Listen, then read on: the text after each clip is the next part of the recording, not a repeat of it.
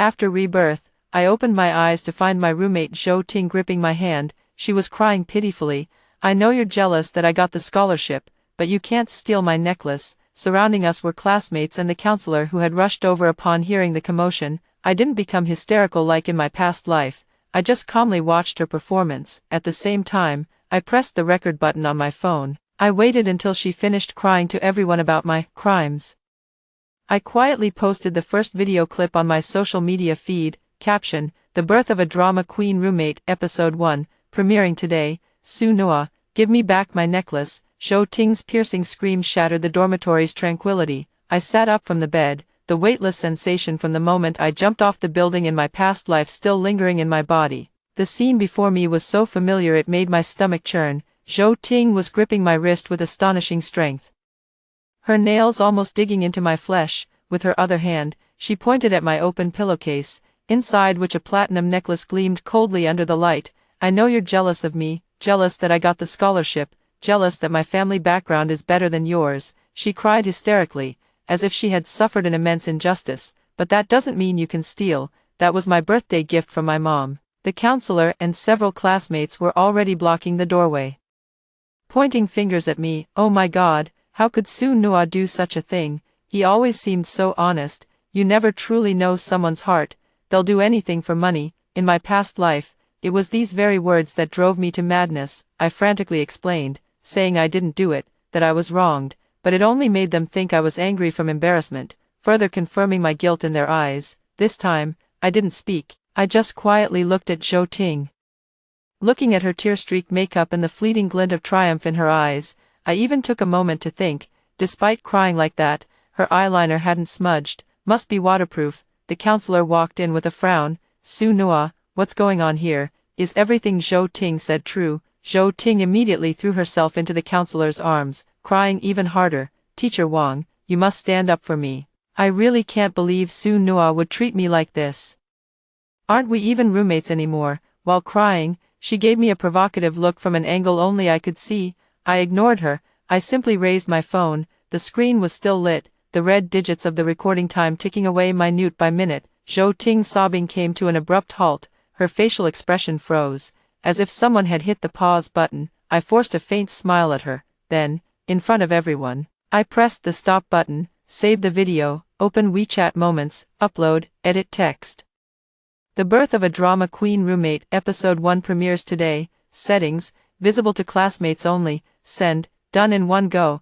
After finishing all this, I finally looked up and saw Zhou Ting's pale face and the counselor's stunned expression. "Teacher Wang, I have nothing to explain. Everyone can see the truth by checking my social media." The dormitory was deathly silent, only the incessant chime of phone notifications. Someone clicked on the video. In the video, Zhou Ting furtively took the necklace from her own drawer, glanced around, and then carefully tucked it under my pillow. After finishing this, she even practiced her facial expression toward the pillow, took a few seconds to build up the emotion, and then let out that earth-shattering scream. The entire process was crystal clear, even the words she muttered while stuffing the necklace, "Su Nua, just wait for your downfall," were recorded with perfect clarity. What's going on here?"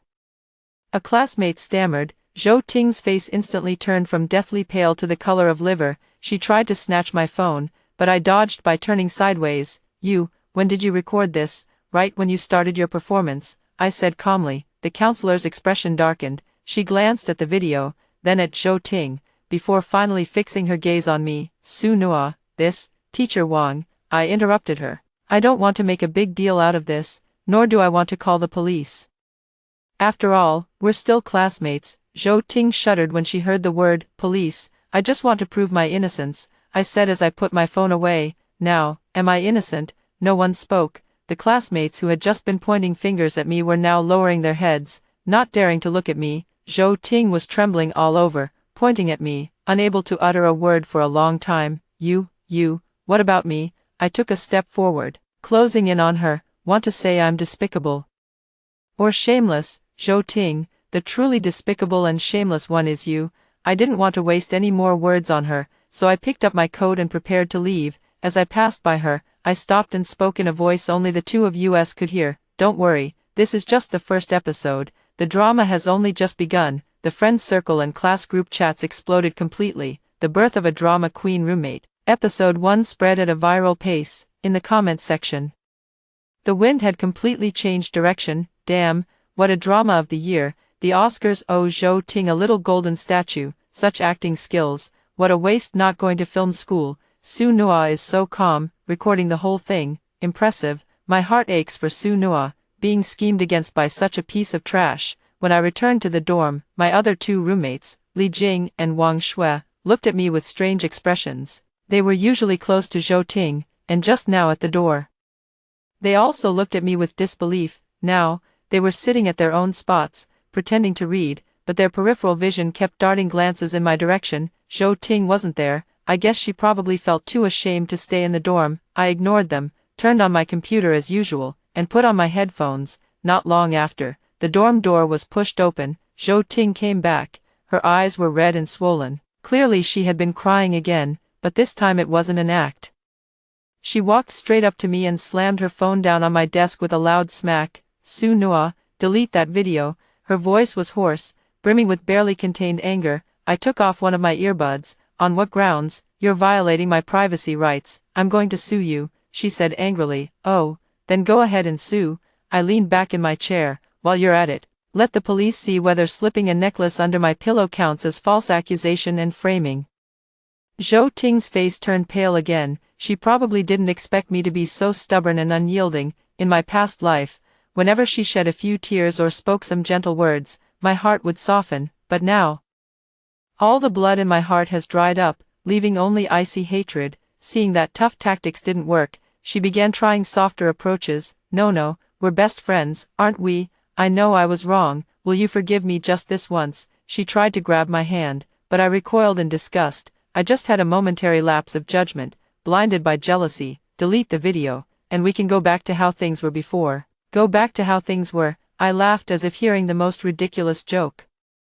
Go back to being fooled by you like an idiot. My voice wasn't loud, but it was clear enough for the other two roommates to hear. Li Jing and Wang Shui buried their heads even lower. Zhou Ting's face turned pale, then flushed. Su Nua, do you have to be so ruthless? You're the one who pushed things too far first. I put my headphones back on. Don't bother me, or I can't guarantee there won't be a sequel. Zhou Ting's body swayed slightly, but in the end, she didn't dare to say anything more. She shot me a hateful glare before returning to her seat. The dormitory was eerily quiet. I thought she'd calm down for a while. Unexpectedly, in the middle of the night, I was awakened by a rustling sound. I quietly opened my eyes and, by the moonlight streaming through the window, saw Zhou Ting sitting at my desk with a bag of chips. It was the one I had just bought that afternoon and hadn't had time to eat yet. She was eating while typing rapidly on her phone. The glow from the phone screen illuminated her face, twisted with resentment. I didn't move. I watched silently as she finished an entire bag of chips and drank half my cola. Then, I heard the notification sound of her WeChat message. I closed my eyes and pretended to be fast asleep. Early the next morning, while they were all in class, I turned on my computer. A new video appeared on the screen. It was recorded by the tiny camera I had hidden in the corner of the bookshelf the night before. In the video, Zhou Ting stealing my snacks was crystal clear. Even more excitingly, the camera happened to capture her phone screen. She was chatting with someone labeled, Backup Number 1, Zhou Ting. I'm so pissed, that bitch Su Nua, just because she's poor, who does she think she is, always putting on that sour face. Backup Number 1, what did she do to upset you, baby? Zhou Ting, I just ate one measly bag of her chips, and she started being all passive-aggressive, so stingy. I don't know how someone like her even has friends. Backup Number 1, don't be upset, babe. I'll buy you a whole box tomorrow and deliver it to your dorm. Zhou Ting, hee, you're the best. I edited this video clip with a blank expression, with subtitles and background music. Then, I opened my social media feed. The Birth of a Drama Queen Roommate, Episode 2 is officially released. The title reads, How a Freeloader Bites the Hand That Feeds Them. The impact of the second episode far exceeded my expectations. If the first episode merely revealed Zhou Ting's character, the second episode completely nailed her to the cross of hypocrisy and shamelessness. Damn, eating someone else's food and then calling them stingy. What kind of twisted logic is that? Who's that Plan B Number 1? Come out and claim your baby. This is no longer just acting, it's a character flaw. In the class group chat, the girls who had spoken up for Zhou Ting the day before were now silent. Zhou Ting didn't come to class all day.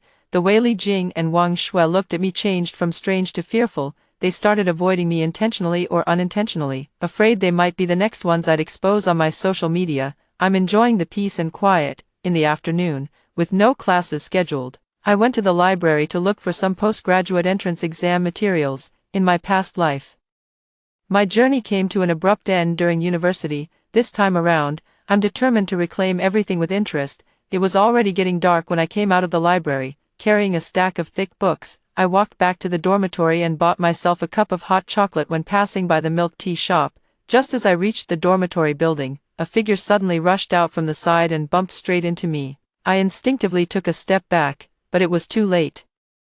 The hot cocoa slipped from my hand, spilling perfectly onto the book in my arms, and my brand new laptop. The laptop bag was instantly soaked through. Ouch! Zhou Ting let out an exaggerated scream and plopped down onto the floor. She was wearing a white dress and looked utterly pitiful at that moment. I'm sorry, Su Nua.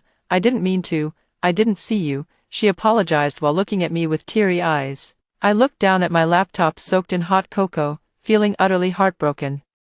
This laptop was something I'd worked hard for 2 months tutoring to save up enough money to buy. In my past life, the same thing happened, except it wasn't hot cocoa that was spilled, but milk tea. At that time, my heart ached so much I thought I would die, and I hurried to help her up, asking if she was hurt. As for her, she apologized with her words, but immediately posted about it on her social media. The picture shows her falling, with the caption, "So clumsy today.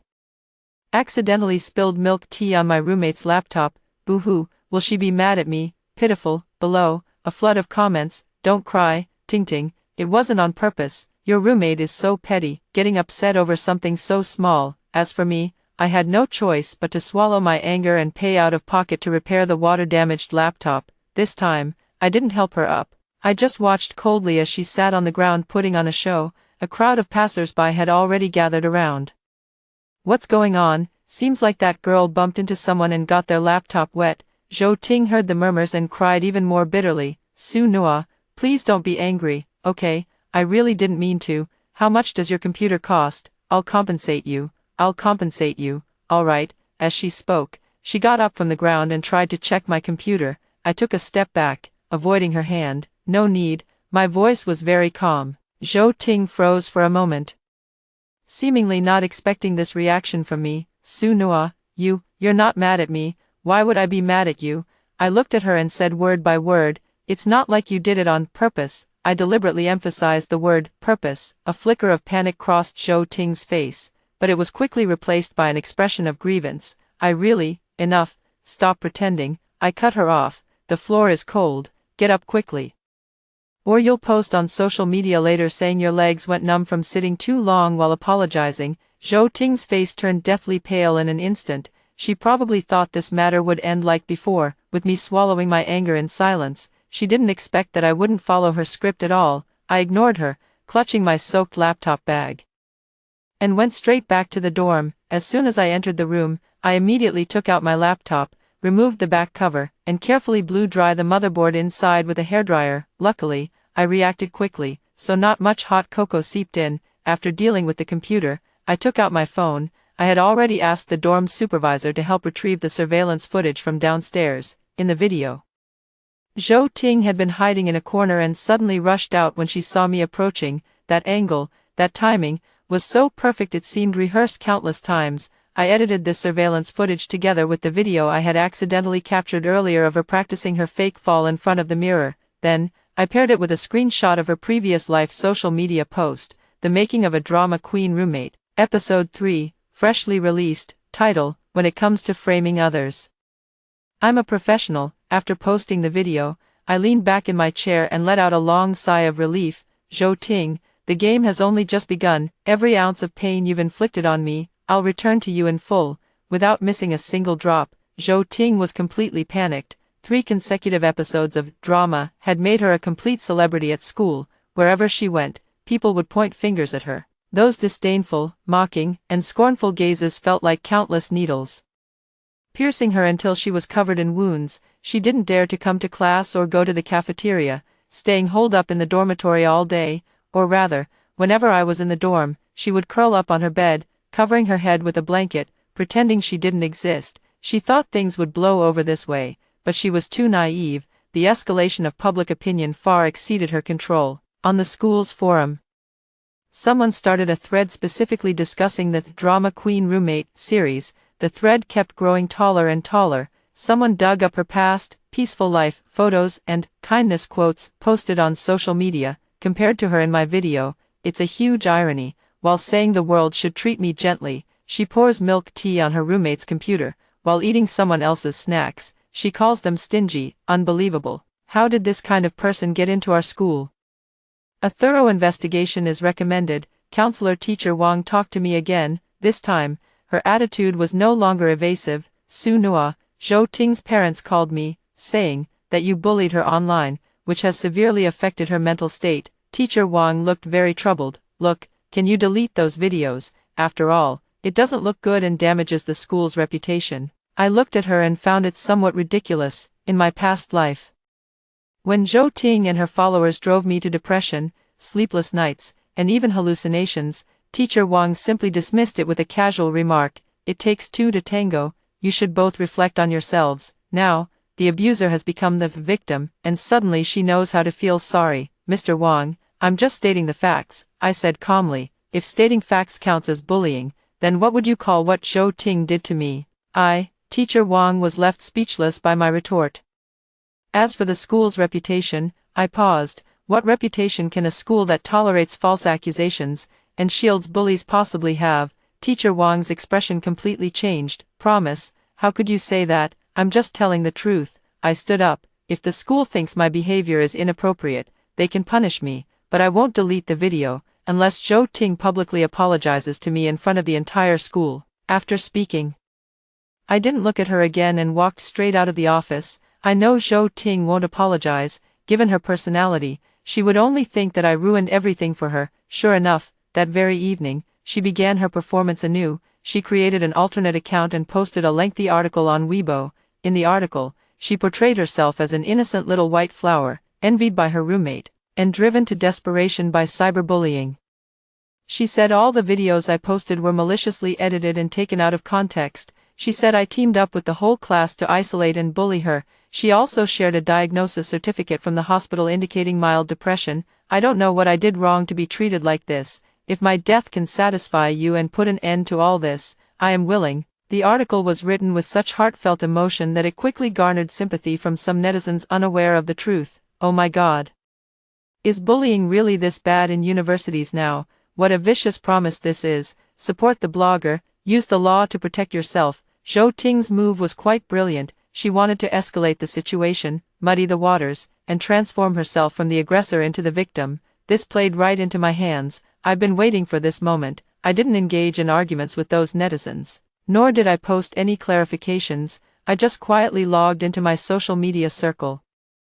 Uploaded the fourth video segment. This video was captured by the second miniature camera I installed in my dorm room. It was installed opposite her desk. In the video, Zhou Ting was facing the mirror, practicing crying from various angles over and over again, a delicate, tearful cry, a cry of utmost grievance, crying in utter despair and hopelessness. She even held a pen, scribbling and sketching on paper, designing lines to frame me. Su Nua, why are you treating me like this? What exactly have I done to offend you? As she read, she adjusted her tone and expression, striving for the most perfect effect. At the end of the video, it showed her typing out the entire suicide note style long post in front of her computer. There wasn't a trace of sadness on her face, only calculation and malice. I gave this fourth episode a resounding name, The Self-Cultivation of a Novel's Female Lead. The moment the video was released, the entire internet fell silent.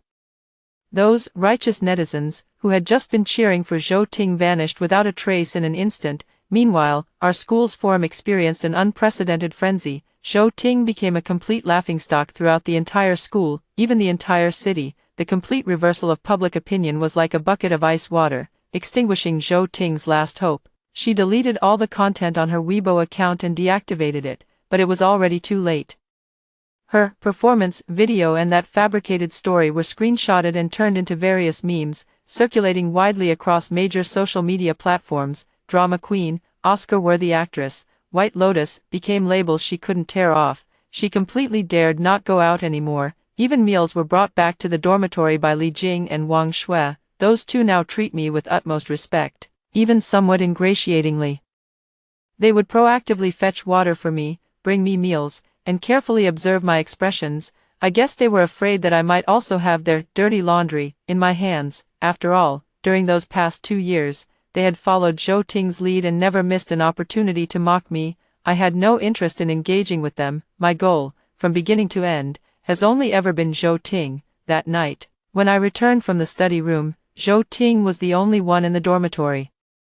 She sat in the darkness, like a ghost. Hearing the sound of me opening the door, she raised her head. Promise. Her voice was dry and hoarse, as if scraped by sandpaper. Let's talk. I turned on the light, and under the harsh glare, her face was deathly pale without a trace of color, her hair greasily plastered to her scalp, her entire being haggard beyond recognition. What do you want to talk about? I placed the book on the table. What exactly do you want from me before you'll let me go?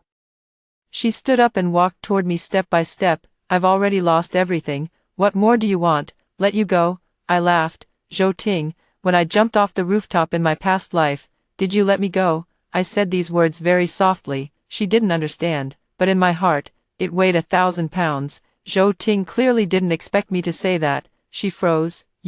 What did you say? Nothing. I pulled out the chair and sat down. I don't want anything. I'm just recording life.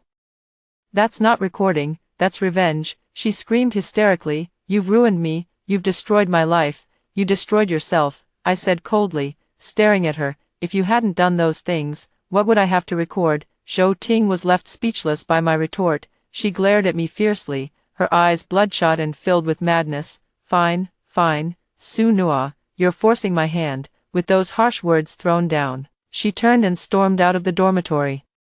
I watched her retreating figure without a ripple of emotion in my heart. I knew she was about to make her final desperate move. She thought she was the delicate female lead in a novel who would be rescued by a domineering CEO after being bullied by the vicious supporting female character. Unfortunately, she was neither the female lead, nor was I the supporting character. I was merely an avenger who crawled back from hell. In the following days, Zhou Ting became unusually quiet.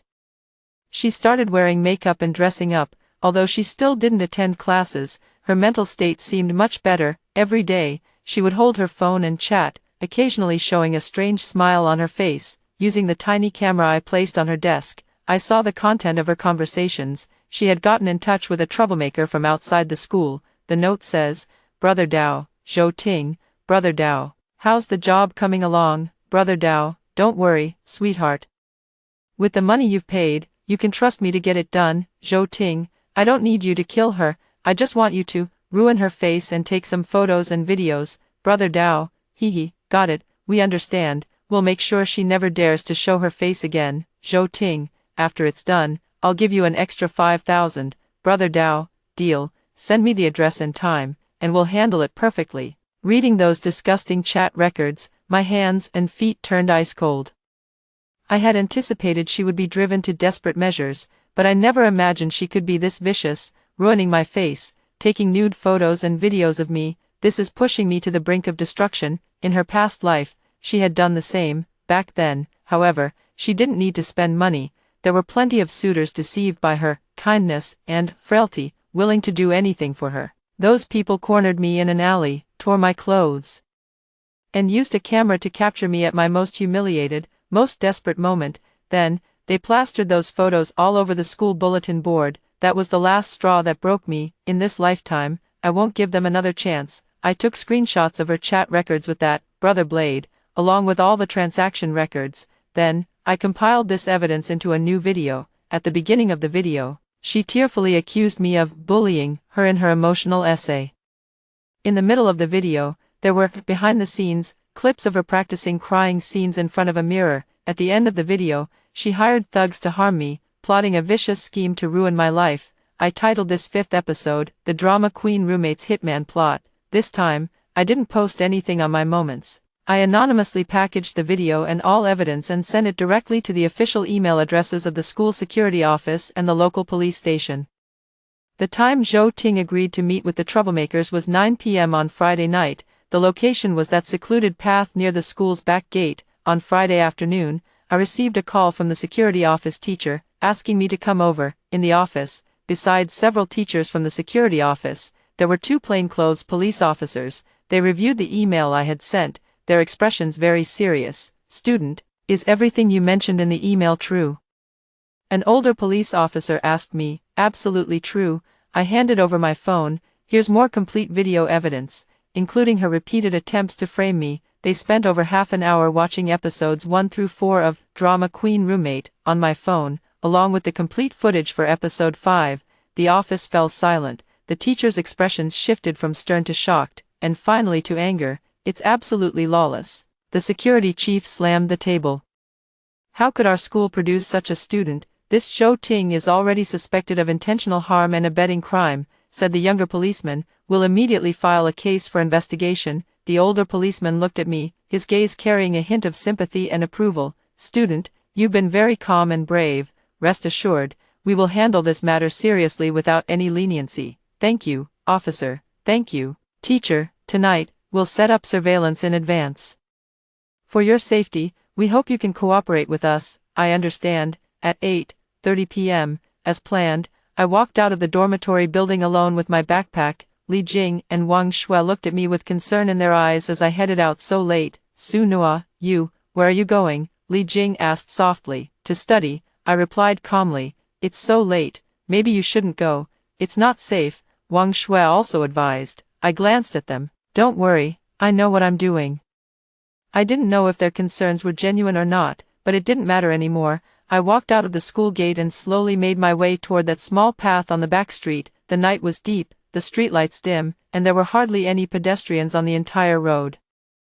I could sense that in the darkness, several pairs of eyes were watching me. There were police officers, and also, those people sent by Zhou Ting. My heart was pounding fast, and my palms were drenched in sweat. Even knowing I was safe, the bone-deep fear from being cornered in that alley in my past life surged uncontrollably to the surface. I forced myself to stay calm. Su Nua, don't be afraid, this time, you're not alone. I walked to the middle of the path, pretending to look at my phone. Suddenly, 3 shady-looking men rushed out from a nearby alley, surrounding me. The blonde-haired leader whistled. Hey little girl, all alone. I looked up at them in terror. What do you want? My voice trembled, half acting, half genuine fear. What do we want? The blonde-haired guy smirked lewdly. You've pissed off the wrong person. We're here to teach you a lesson. He spoke while reaching out to grab my hair, just as his hand was about to touch me. Don't move, police.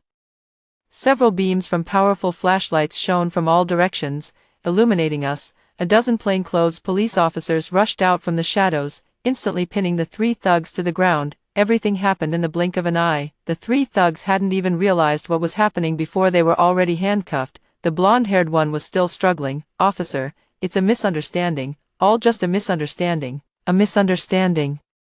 You can explain it slowly when we get to the station. I stood there, watching this dramatic scene unfold, my legs feeling a bit weak. A female officer walked over and gently patted my shoulder. Don't be afraid, it's all over now. I nodded, feeling my eyes grow warm. Yes, it's all good now, everything is over. No, not yet, the real show has just begun. The police quickly got the 3 thugs to talk after taking them into custody. They had Zhou Ting completely exposed. Several police cars with flashing lights silently entered the campus and parked below our dormitory building. When the police went upstairs, Zhou Ting was applying a face mask. She was in a great mood, even humming a tune. She thought that at this moment, I should be cornered in the alley by those thugs, crying and begging for mercy. She had even planned what kind of press release to issue tomorrow to firmly establish my chaotic private life. Provoking social troublemakers and facing retaliation, accusation. So, when the dormitory door was suddenly flung open and several uniformed police officers appeared at the entrance, she was completely stunned. Li Jing and Wang Shui jumped up from their chairs in fright, trembling as they hid in the corner. Zhou Ting's face mask hadn't dried yet, making her expression look particularly comical. Who are you looking for? The lead police officer showed his badge. Are you Zhou Ting? You're suspected of involvement in an intentional assault case. Please come with us for questioning. Zhou Ting's mind buzzed with shock. She instinctively looked toward the door, but instead of seeing me, she was met with the stunned expression of her counselor, Teacher Wang. She had thought it was her imagined, overbearing campus heartthrob, coming to stand up for her. Officer, isn't this a mistake? How could I? a student, be involved in an assault case?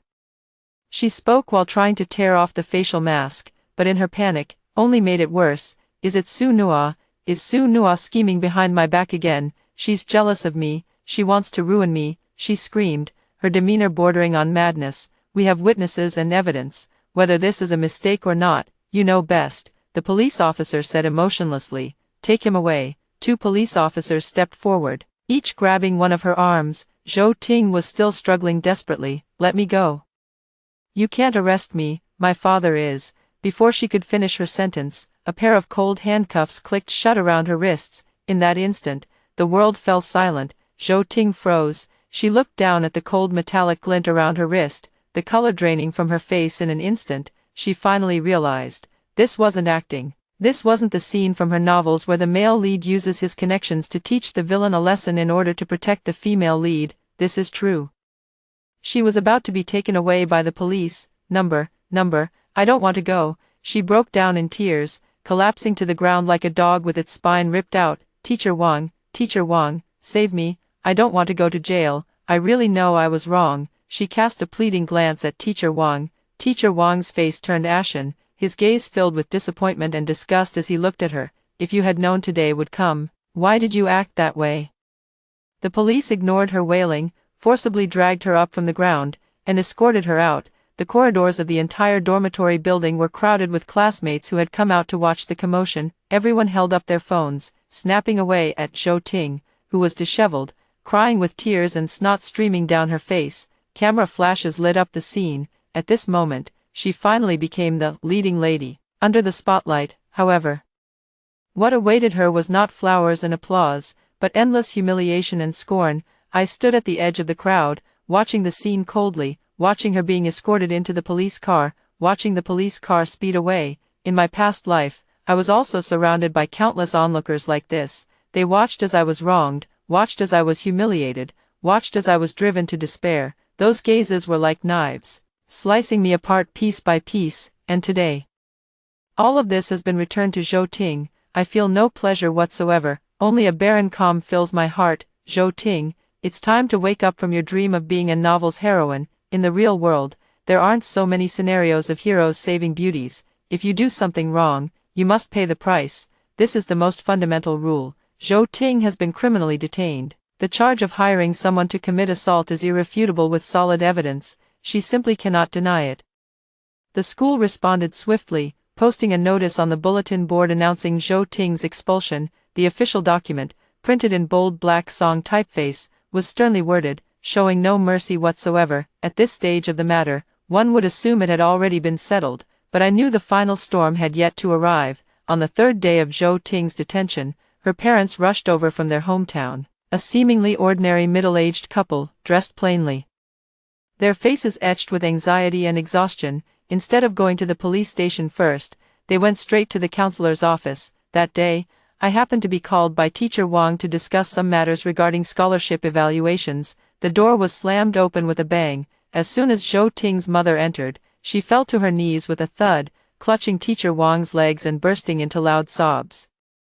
Teacher Wang, you must stand up for our Tingting. My daughter has been obedient and sensible since she was little. How could she possibly do something illegal? Someone must have framed her. It must be that Su Nua who harmed her. Zhou Ting's father stood nearby, his eyes reddened, pointing at me. It's you, this vicious woman. You ruined my daughter. If anything happens to my daughter, I'll fight you to the death.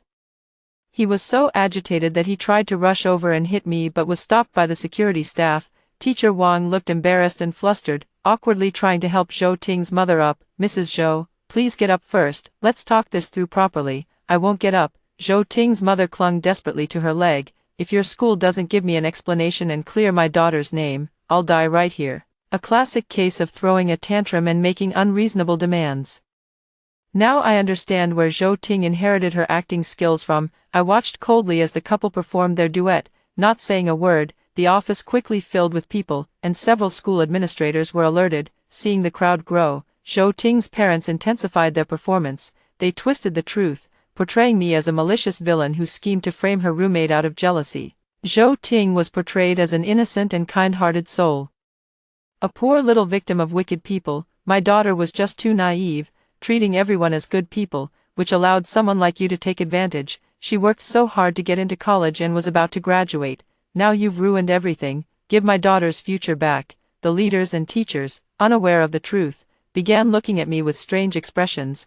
After all, it takes two to tango. And things have escalated to this point, even as the winner. I don't seem entirely innocent either. I waited until they were exhausted from crying and shouting, until the office grew somewhat quieter. Then, slowly, I began to speak. "Are you done?" My voice was calm, yet it struck everyone's hearts like a heavy hammer. Zhou Ting's parents froze, stopped their wailing, and looked at me. "Now that you're done talking, it's my turn." I took out my laptop from my bag. Then, in front of everyone, I connected it to the office projector. "Teachers, Zhou Ting's uncles and aunties, since you all believe Zhou Ting is innocent and that I framed her, then why don't we all enjoy a TV series starring Zhou Ting herself?" I pressed the play button. On the huge screen appeared the opening credits of The Birth of a Drama Queen Roommate, Episode 1, Stealing Necklaces and Framing Others, Episode 2, Snacking and Then Biting Back, Episode 3, Splashing Water on a Computer to Fake an Accident, Episode 4, Practicing Crying Scenes in Front of a Mirror. Episode 5, Chat Records and Transfer Records with Troublemakers. Episode by episode, the evidence is irrefutable. In the office, a deathly silence prevailed. Everyone was rendered speechless by what appeared on the screen. The faces of Zhou Ting's parents shifted from initial anger to shock, then disbelief, and finally turned as pale as death. They stared at the unfamiliar, malicious, scheming daughter on the screen, their bodies trembling uncontrollably. This is edited, it's all fake." Zhou Ting's mother screamed, her voice shaking with guilt. "My daughter isn't like this, she's not. Whether it's fake or not, the police will make that judgment." I paused the video and turned my gaze toward them. "These are just appetizers." I opened another folder. Inside were diaries from my past life. I had scanned them into digital copies, page by page. It records how Zhou Ting gradually subjected me to psychological control and suppression from the moment I enrolled. When I won awards, she would say sarcastically, "Oh, Su Nua, you're so amazing, not like me, clumsy and good at nothing." Then she would turn around and complain to others, saying I stole her spotlight and made her sad. She would deliberately break my things, then pretend it was an accident, using her usual excuse of, "I didn't mean to brush it off." She would secretly use my skincare products, replacing the expensive ones with cheap ones. And when caught, she'd say pitifully, "I thought we were good friends. What's yours is mine." She would isolate me, team up with other roommates, and gossip about me behind my back, spreading rumors, calling me aloof, calling me stingy, saying I was involved with many men inappropriately. The last few pages of the diary had become scribbled and chaotic. "I'm so tired. Why doesn't anyone believe me? Did I really do something wrong? Living is so painful. Maybe death would bring relief."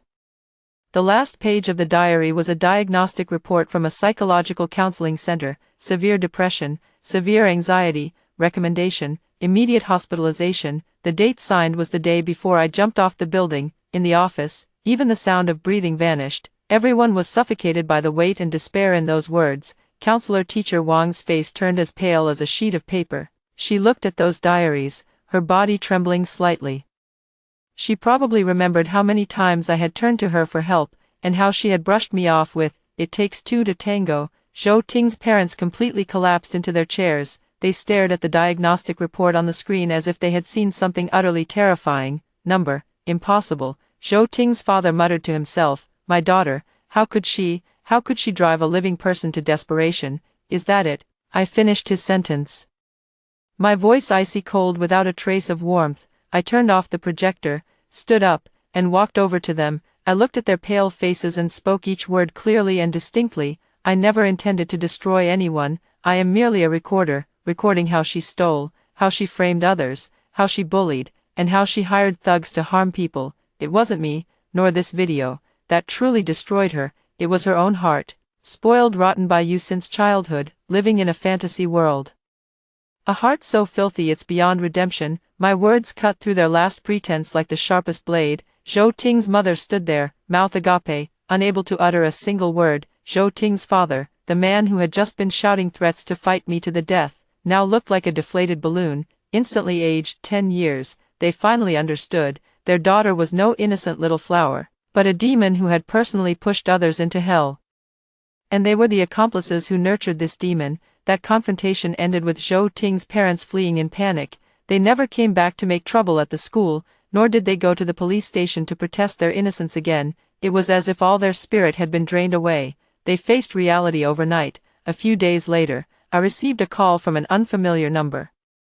It was Zhou Ting's mother. Her voice sounded exhausted and hoarse, devoid of the arrogance from that day. Su Nua, I'm sorry. On the other end of the phone, there was a long silence and suppressed sobs. It's us who failed to raise her properly. We read your materials, read Tingting's diary. Only then did we realize, she's been like this since childhood. Her words came haltingly, but I could roughly piece together the whole story.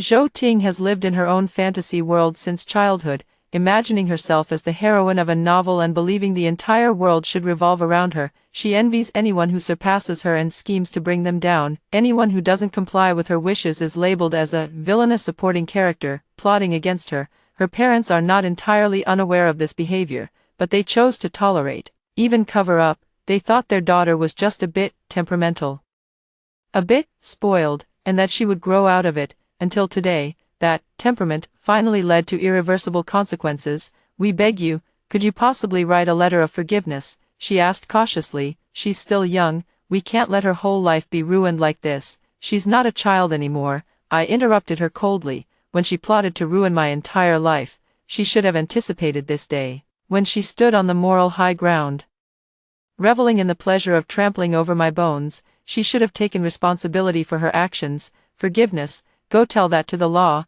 I hung up the phone and blocked the number. I'm not a saint. I can't forgive someone who once drove me to despair. No matter how pitiful she may seem now, it doesn't undo the evil she committed. In the end, Zhou Ting was sentenced to 3 years in prison, convicted of multiple charges including attempted intentional injury and false accusation.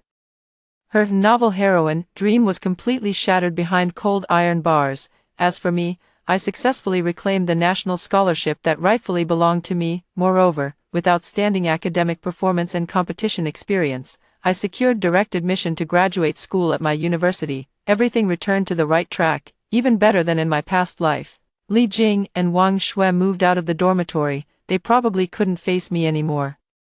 Now I'm the only one left in the dorm, clean and peaceful. I thoroughly cleaned the dormitory, throwing away everything that didn't belong to me. Sunlight streamed through the clean windows, falling onto my desk. On the desk lay my graduate school admission letter. I picked up my phone and logged into WeChat, which I hadn't checked in a long time. The last post on my social media feed still shows the trailer for Drama Queen Roommate, The Hitman Chronicles.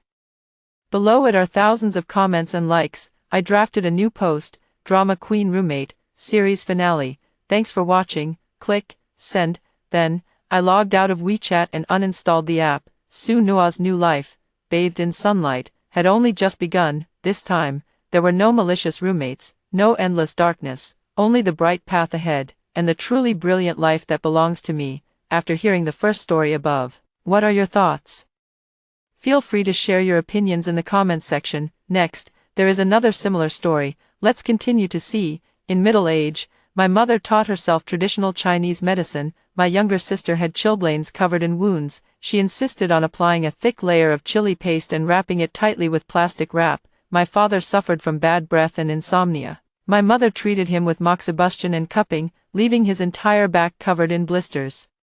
She then grabbed an unsterilized needle, claiming she needed to puncture them to dispel the stagnation. My brother suffers from severe myopia and eye strain, and she claims to have folk remedies that can improve eyesight. As a medical student, I've always stopped her ignorant actions to protect my family's health. Because of this, my mother harbored resentment toward me and kicked me out of the house in the freezing winter, leaving me thinly dressed. My sister, father, and brother turned a blind eye, even accusing me of being jealous of my mother's medical talent. Forced by circumstances, I had no choice but to seek shelter at a friend's place, but halfway there, I slipped, fell, and met my untimely demise. Opening my eyes again, I decided to witness firsthand my mother's exceptional medical skills. Mom, my hands have been really itchy lately. Could you go to the hospital and get me some medicine, or just give me the money? And I'll go see the doctor myself. At the dinner table, my younger sister looked at her hands covered in small cuts and complained pitifully. My mother glanced at her and placed the chicken drumstick from her chopsticks into my brother's bowl, showing off without dressing properly. now you deserve it. Instead of spending money on that, you should have bought more meat. Do you think your father earns money easily? Same old cliches. The hardship lecture again.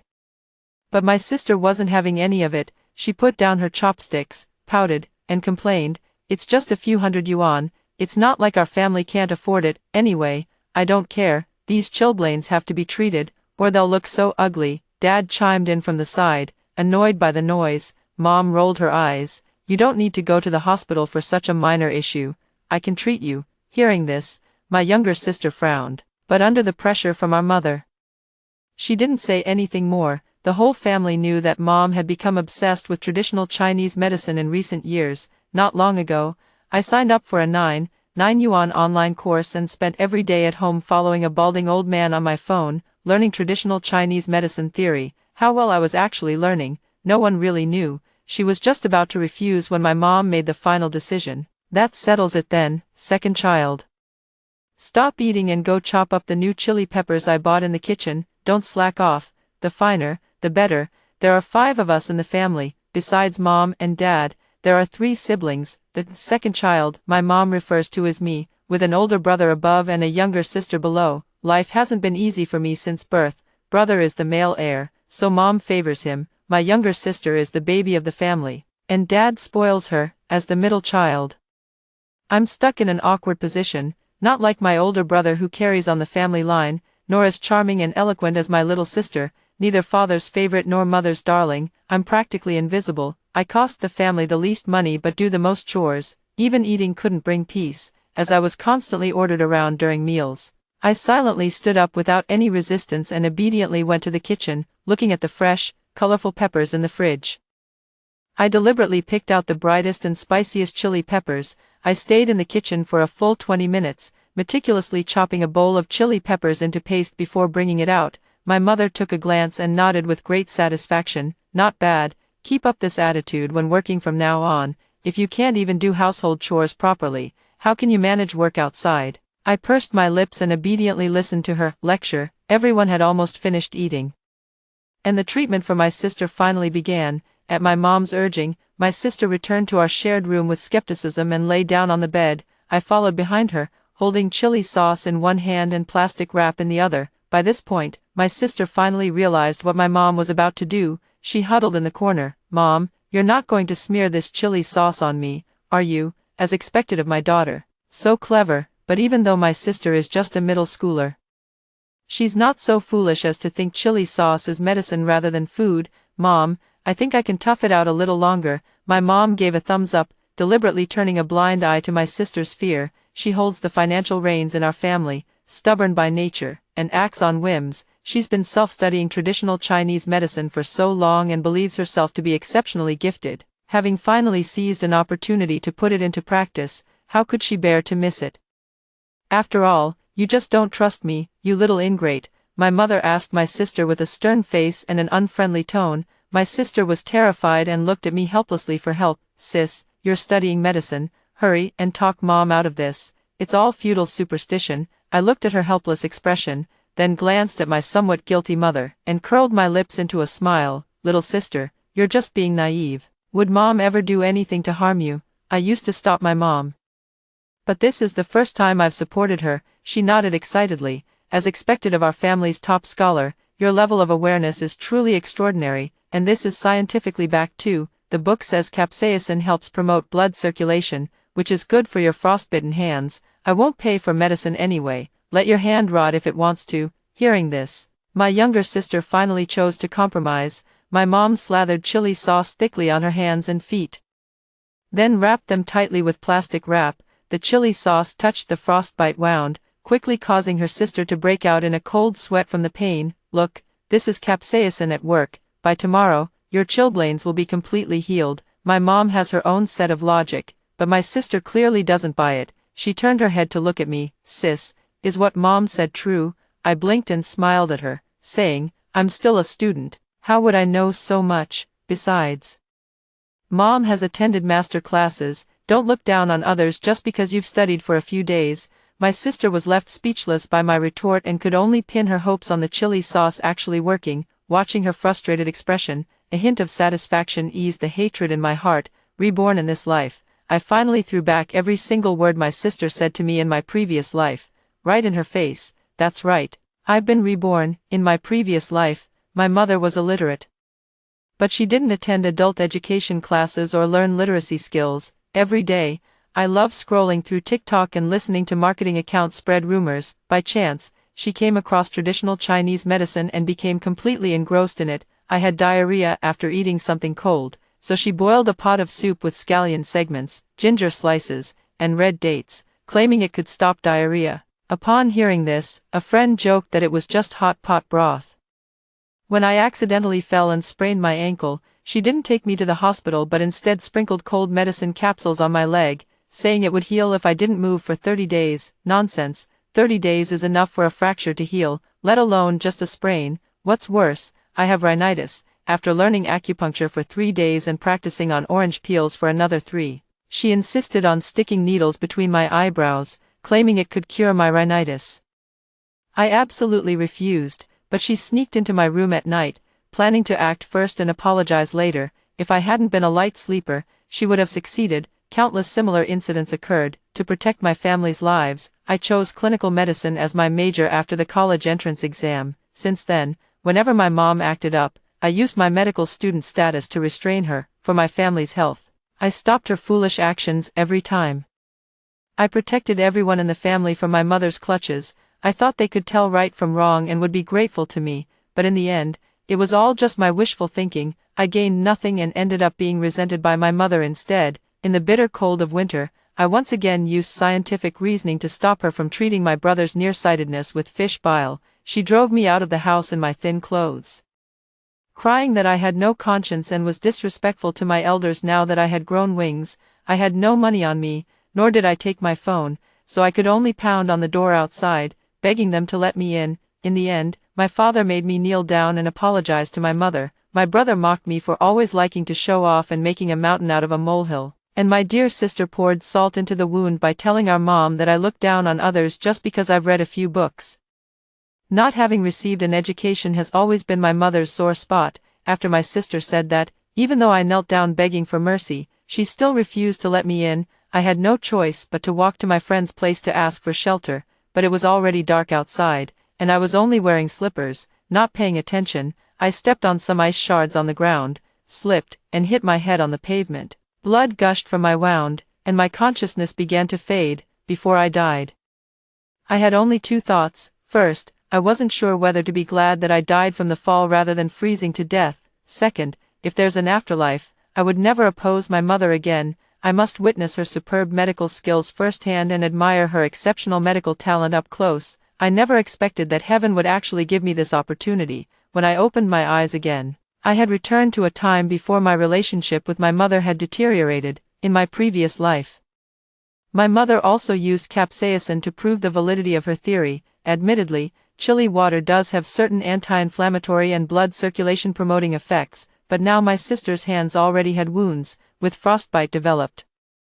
What was needed was applying cold cream to keep the frostbitten areas warm. Not this damn chili pepper, I argued vehemently. Didn't even finish my meal, and immediately took a taxi with my sister to the hospital to register and get medicine. Every penny I spent was saved through my frugal living and part-time jobs. I thought sincerity would be met with sincerity. In reality, it wasn't worth it, and my sister didn't appreciate my efforts at all. Since that's the case, I'll do as they wish and remain silent. Just as I expected, in the middle of the night, my sister began to moan in pain. She was tossing and turning in bed, continuously crying out about the heat and discomfort, occasionally calling my name in between. I'm a light sleeper and had been awake the whole time, but I pretended not to hear. The discomfort became unbearable, and the rest of the family was sound asleep. My sister had no choice but to force herself to get up and call 120 for an ambulance.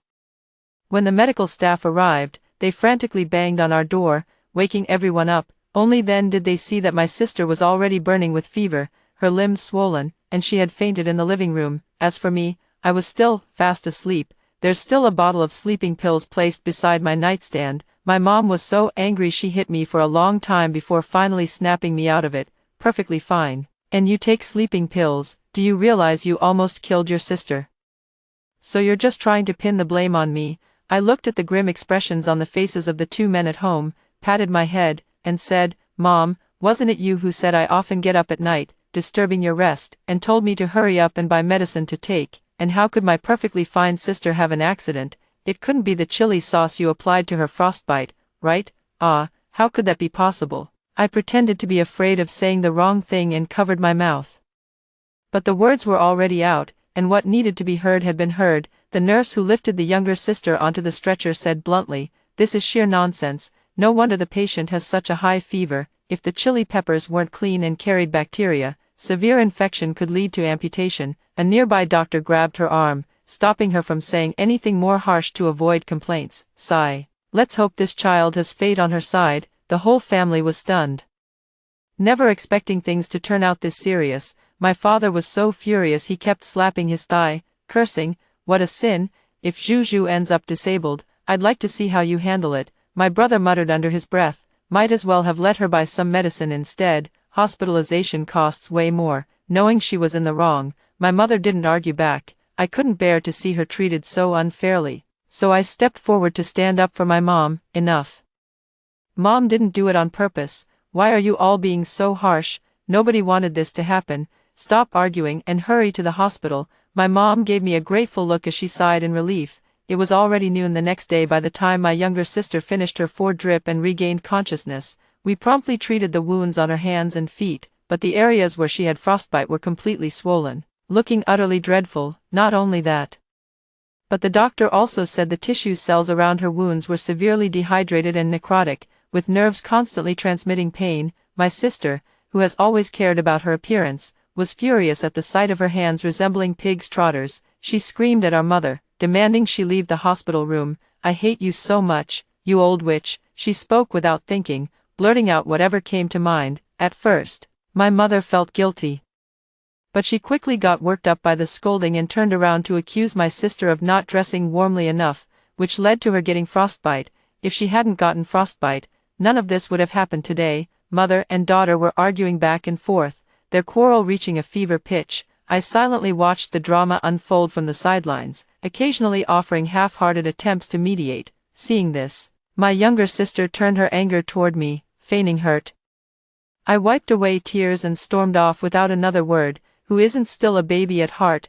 After 2 days of 4 drips, my sister finally recovered, though her hands were covered in scars, a bit unsightly. Fortunately, there were no lasting effects, but after this incident, my sister completely resented our mom, and the two of them argued constantly at home, big fights every 3 days, small quarrels every 2. To avoid trouble, my brother simply moved into the company dormitory. Meanwhile, my university is located in this city, so I only come home on weekends. Even if all hell breaks loose at home, it won't bother me, but this has been hard on my dad, already being exploited by the boss at work. Coming home to chaos is the last thing I need. To put it nicely, my dad is an honest man. To put it bluntly, he's weak and incompetent. Otherwise, he wouldn't have been controlled by my mom for most of his life, working all these years without even knowing how much the family has saved. How could he dare to stand up to my mom's tyranny and fight for justice for my sister? Just had to coax here and there to get by. Soon, his health deteriorated, losing 7 or 8 pounds in less than half a month. His face looked as gloomy as a bitter gourd, with dark circles and nasolabial folds all appearing. People in the neighborhood even joked that he looked like a spirit drained by a demon. And this gave my mom another great opportunity. I've asked the group members, and they say these are signs of excessive dampness in your body: insomnia, bad breath, sticky stools, dizziness and brain fog. Tell me I'm wrong. As his bedmate, my mom knows my dad all too well. Every point she mentioned perfectly matched my dad's symptoms during this period. "You don't even need to see a doctor for this. I can treat you at home." She spoke so convincingly that my dad was half believing, half doubting. After much deliberation, he could only turn his attention to me, the medical student in the family, second child. "Give her some advice. After all, your mother last time just..." He only spoke half the sentence, but I still understood what he meant. Still thinking about that incident with my sister, afraid he might suffer the same fate. How did Mom say to treat it? Recalling the scene from my past life where I cried and begged my father outside the door to let me in, I sneered inwardly. She mentioned something about moxibustion and cupping. Does that even work? Hearing this, I immediately knew the torment he was about to endure. In my previous life, I also complained to my dad, asking him to rein in my mom, but he just kept urging me to endure, saying that no matter how wrong she was still my own mother. Couldn't he be hypocritical? She's my biological mother, but also his own wife. A mocking smile tugged at the corner of my lips as I said quietly, she's your own wife.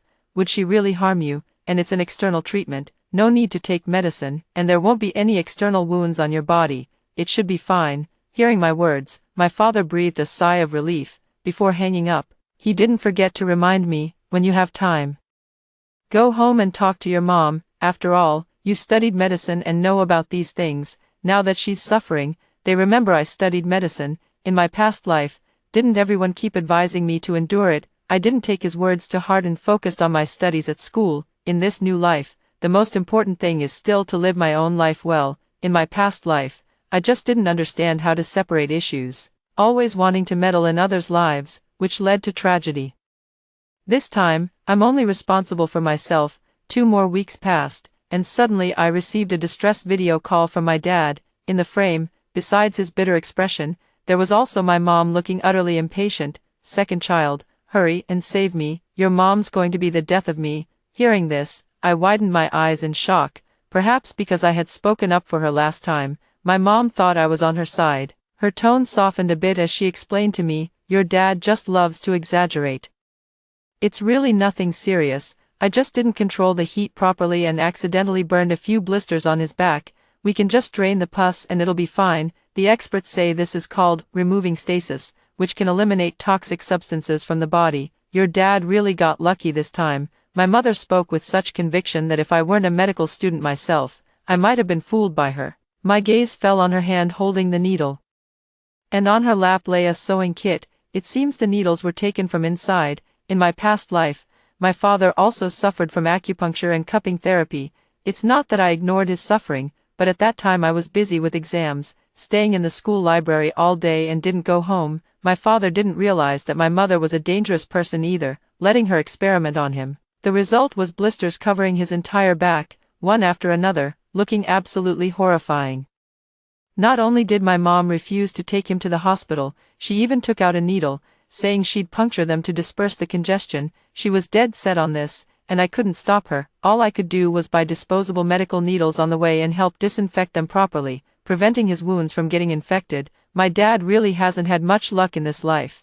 I deliberately pretended not to notice my mom's rule-breaking move and comforted my dad, saying, it's the same at the hospital. The doctor will first help you drain the pus from the blister. Dad, stop being so fussy. People aren't machines. Accidents happen. My mom wholeheartedly agreed and even rolled her eyes at my dad. See, even our daughter says so. Stop acting like a drama queen. She was busy, dispelling the bruise, and quickly hung up the phone. I hadn't even had dinner yet when I received yet another phone call from home. The difference was, this time it was my brother calling me. My dad was hospitalized due to a wound infection. He went into septic shock, lost consciousness, and is still undergoing emergency treatment at the hospital. My brother told me to get to the hospital immediately. By the time I arrived, all the family members were already there. My mom kept pacing outside the emergency room, clearly extremely anxious. My younger sister was wailing loudly in the corner, heartbreaking enough to move anyone who heard it to tears.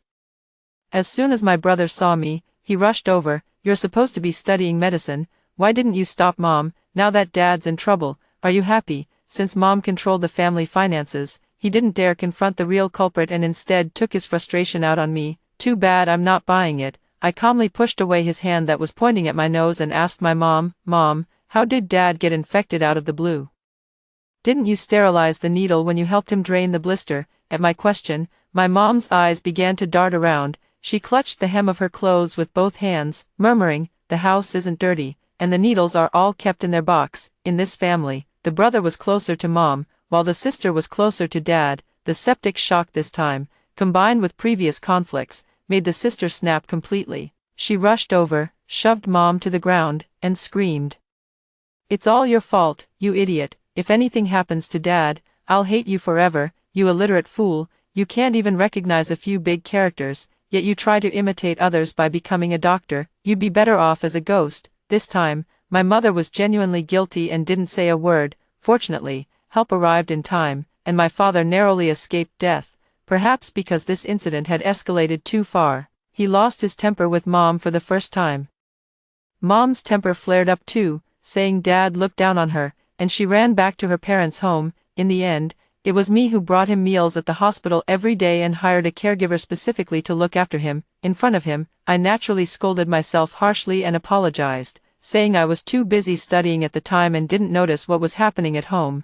What a terrible person I was. With things put that way, he couldn't very well hold it against me anymore. What's more, tracing back the root of this matter, it was all because my mom went too far, and had nothing to do with anyone else. I originally thought that after this incident, they would definitely get divorced, but unexpectedly, the first thing my dad did after being discharged from the hospital was to go to my mom's family to bring her back. We can't let outsiders laugh at us. Getting divorced at our age would be so inappropriate. Now I actually admire him a bit, the ninja among ninjas.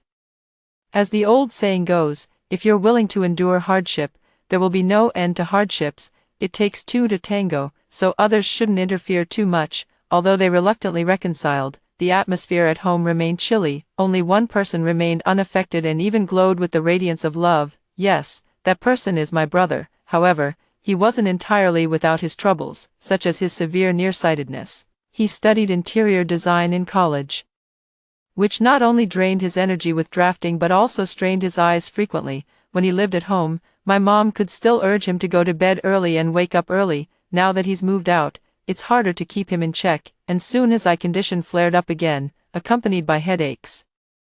Upon hearing this news, I was so frantic I felt like an ant on a hot pan, searching everywhere for folk remedies to cure my brother's illness. For this reason, she didn't hesitate to spend a large sum of money to buy eye drops from a group chat, claiming they could relieve eye strain. I remember in her past life she used fish bile as an eye compress. Perhaps having learned her lesson from my sister and our father, she didn't dare use her strange folk remedies anymore.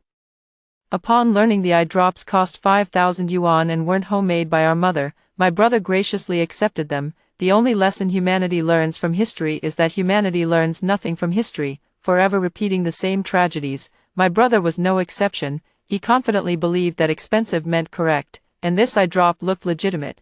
There'd be no harm in trying it. This time, no one even bothered to ask for my opinion. I was happy to stay out of it.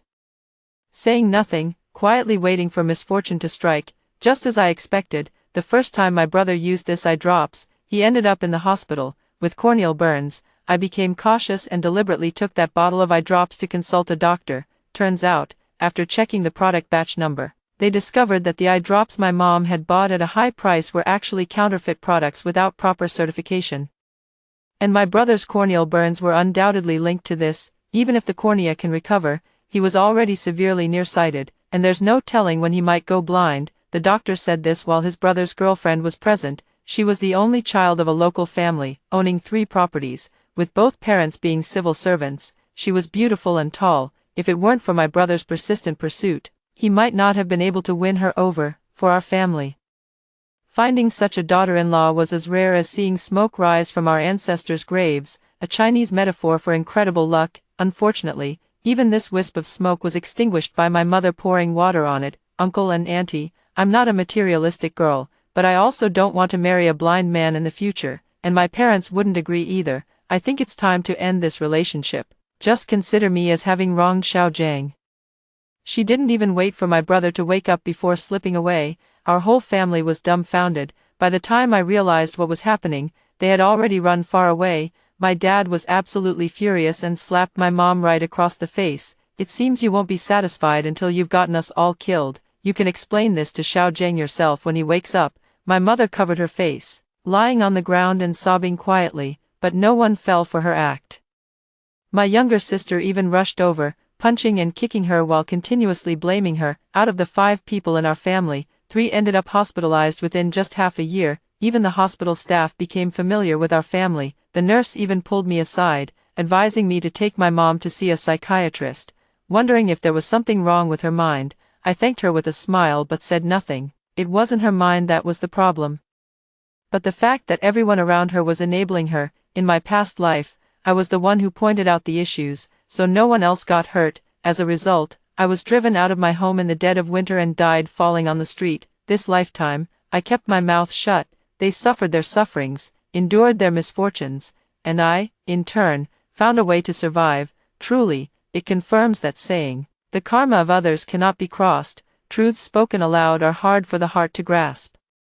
After waking up, my brother threw a tantrum, blaming Mom for being thoughtless, seizing the moment with my good intentions of preferring short-term pain over prolonged suffering. I told him the truth about his girlfriend wanting to break up. After 2 seconds of silence, my brother erupted with a piercing scream. Anyone unaware might have mistaken it for a boiling kettle going off somewhere. I gave my mother a sympathetic glance and pressed myself into the corner.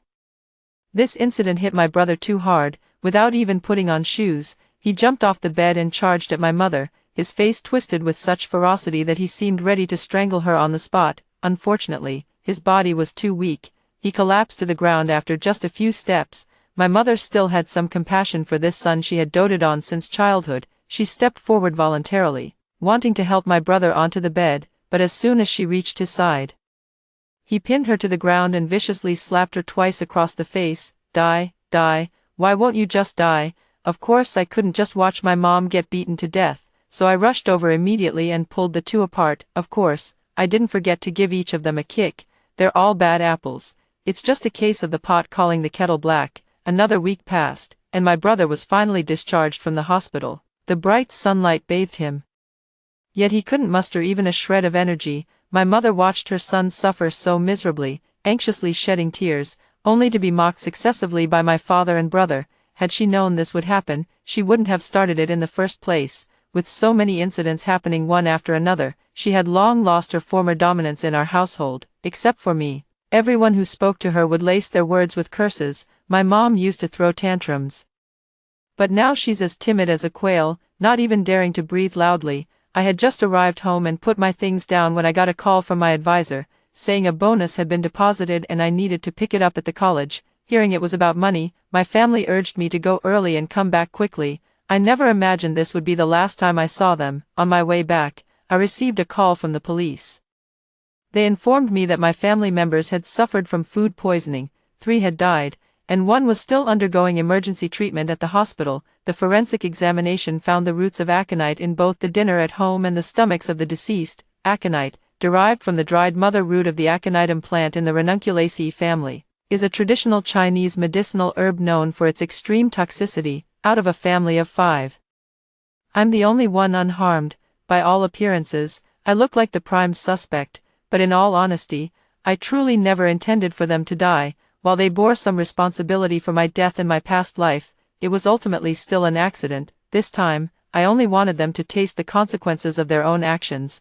I never planned to kill anyone, and if it weren't for that phone call from my advisor, I'd probably be the one lying in the morgue. After repeatedly questioning me, examining my phone, and reviewing the surveillance footage at the entrance, the police finally ruled me out as a suspect. After all, the neighbor's surveillance showed that I had only lingered at the door for a moment and left without even entering the house. Moreover, the reason my advisor called me away was perfectly normal, and I had no motive to poison anyone. Instead, my mother lying in the hospital is more suspicious. Over the past few days, many doctors have witnessed the 3 of them shouting at and shoving my mother. Perhaps my mother harbored resentment and poisoned them. Moreover, my mother taught herself traditional Chinese medicine and purchased numerous medicinal herbs both offline pharmacies and online. The meal prepared with ingredients gave her the opportunity to poison it.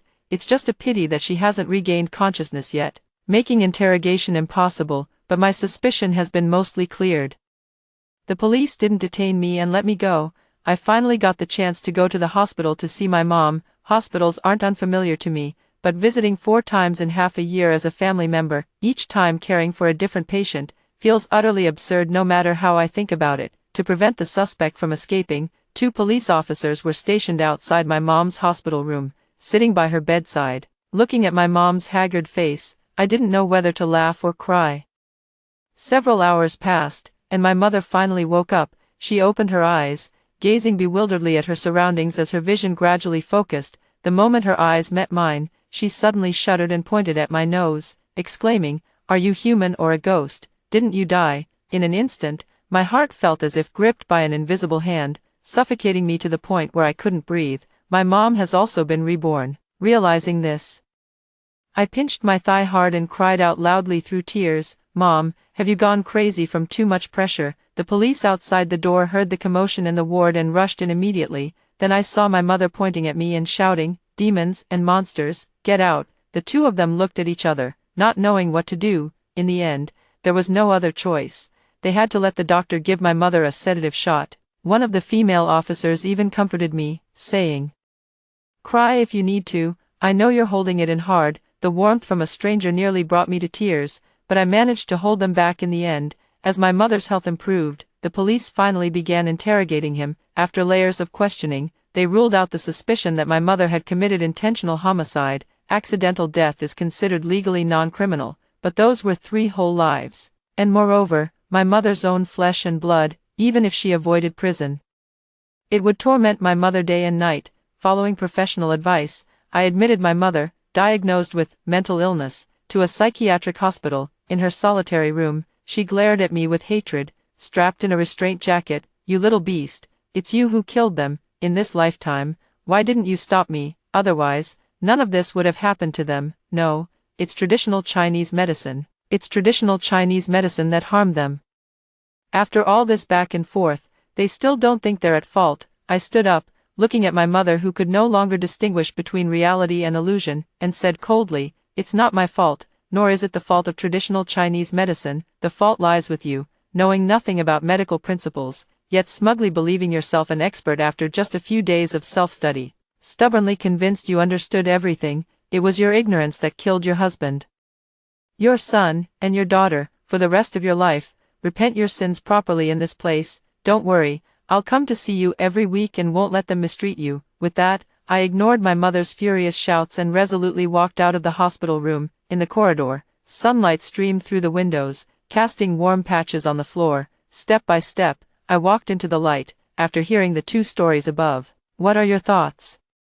Feel free to share your opinions in the comments section. Looking forward to hearing from you. If you liked this story, don't forget to like it, share it, and subscribe to my channel. See you next time.